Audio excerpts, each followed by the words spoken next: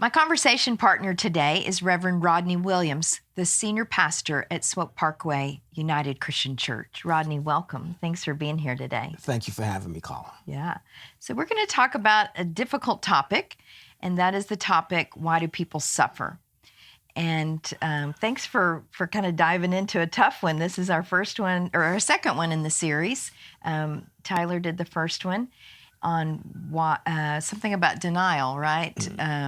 Do we have to deny ourselves to be Christians?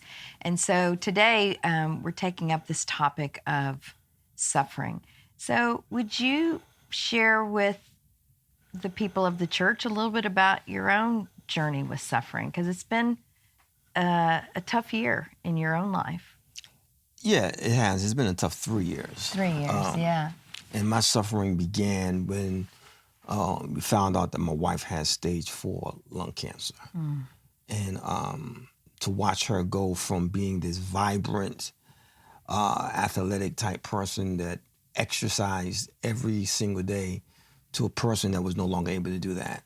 To watch my, at that time, 13 to 14-year-old daughter have to navigate the fact that my mother has to go back to the hospital. So that brought a lot of pain and a lot of grief concerning me and my daughter, Courtney. And just all the things that go with it. And pastoring a church, trying to administer to the needs of the people.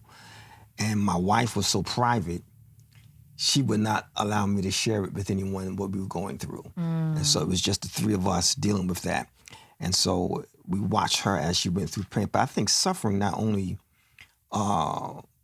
impacts the person who's actually suffering in the body or in the mind, but it impacts their loved ones as well.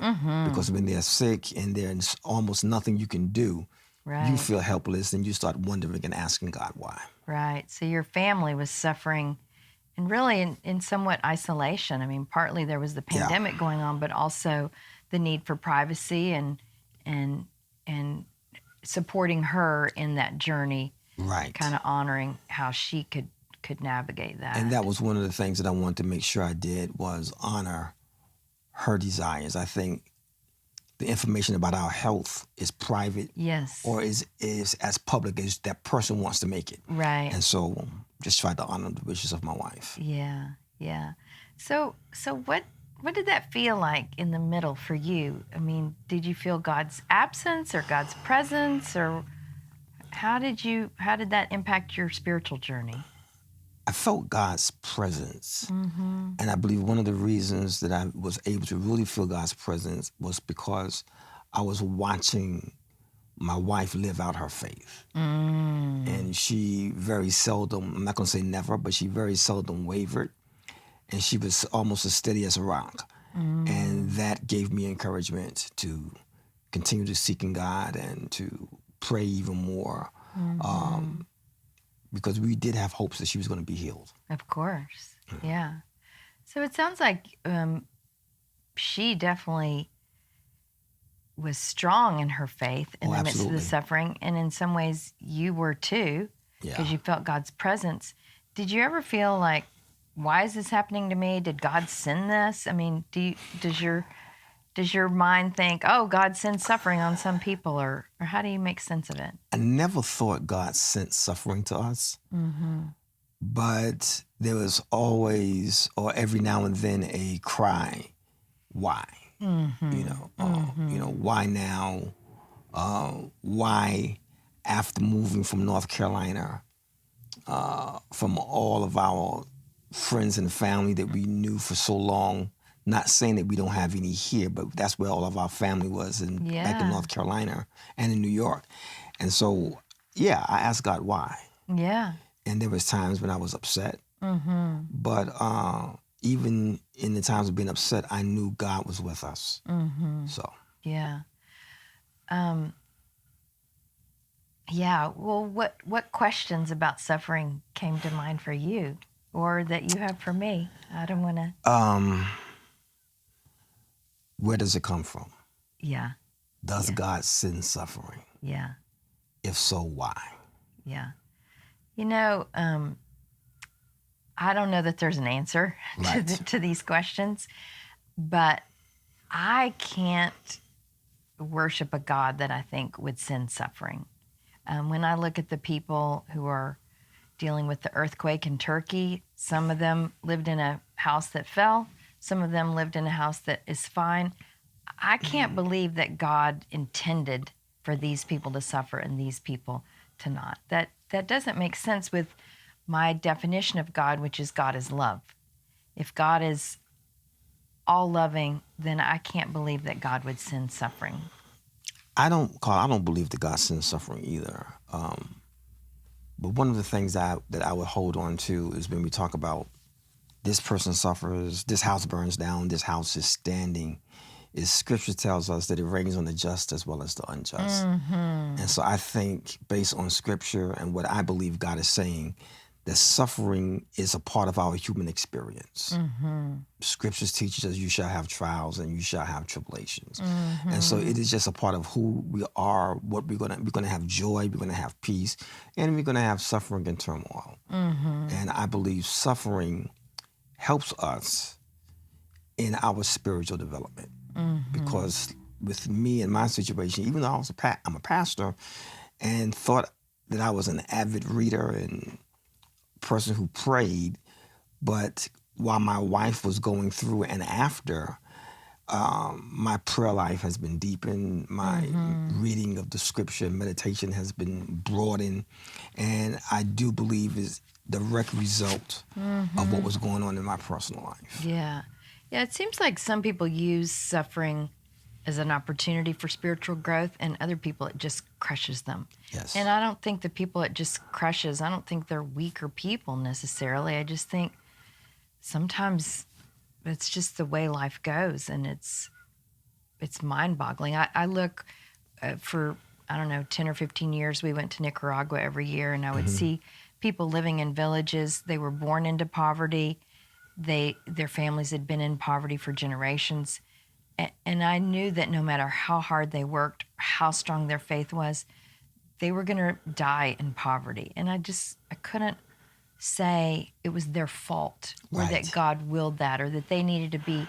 I think there's this narrative in this country that if you just work hard, you can avoid suffering. I don't believe it's true.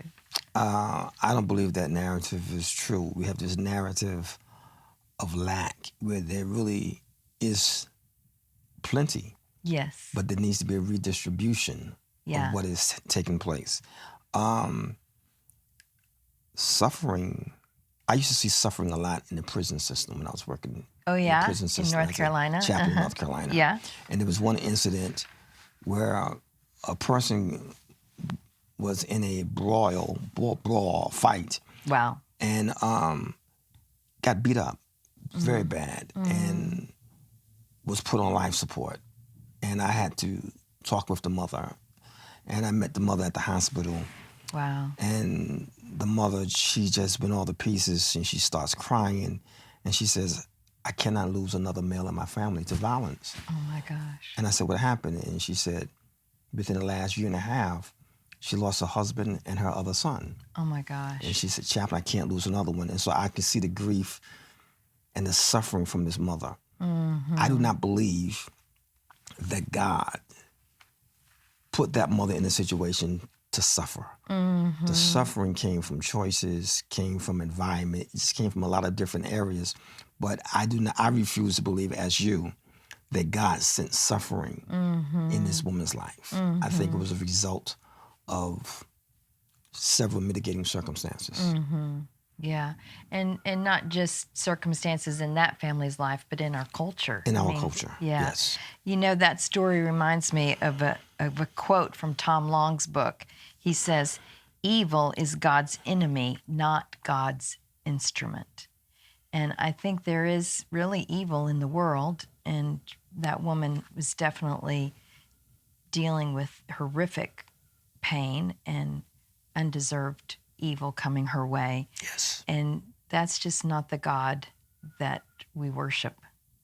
Not the one I worship. And yet I think God is with us in those moments. When you were talking about your prayer life, when your wife was dealing with cancer and wondering why and why is this happening now? I kept thinking of Jesus' prayer in the Garden of Gethsemane. My God, why have you forsaken me? Yes. And I think even Jesus struggled with suffering and yet cried out to God. And I think even the cry of, where are you, God, is an acknowledgement that God is a God who doesn't want this suffering, and yet it exists. It certainly does exist, yes. Yeah. So what other places in Scripture do you think are good sources for? Without getting into the whole story, I just think from the beginning of Job to the end, Yes, provides us with several opportunities to see what suffering does. Suffering caused Job, a strong man of God, to waver in his faith. Yeah.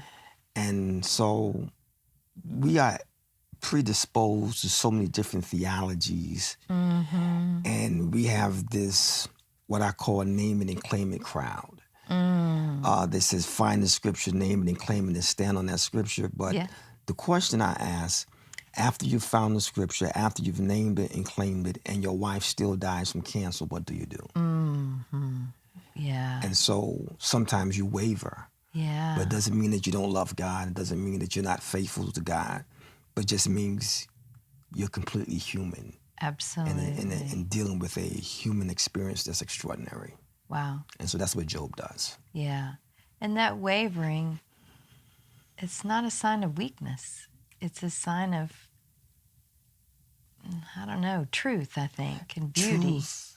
I never looked at it as beauty, but since you say that, I would say yes, because the beauty in the totality of the human spirit is consistently non-consistent based on what is taking place in our lives, based on what we're dealing with, determines how we react. And based on where we are at that time, makes a big decision on how we react.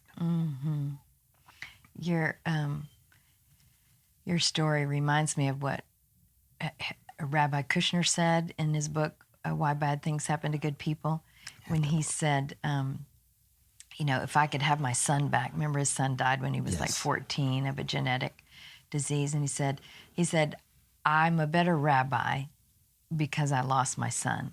But if I could have my son back, I'd be a less good rabbi.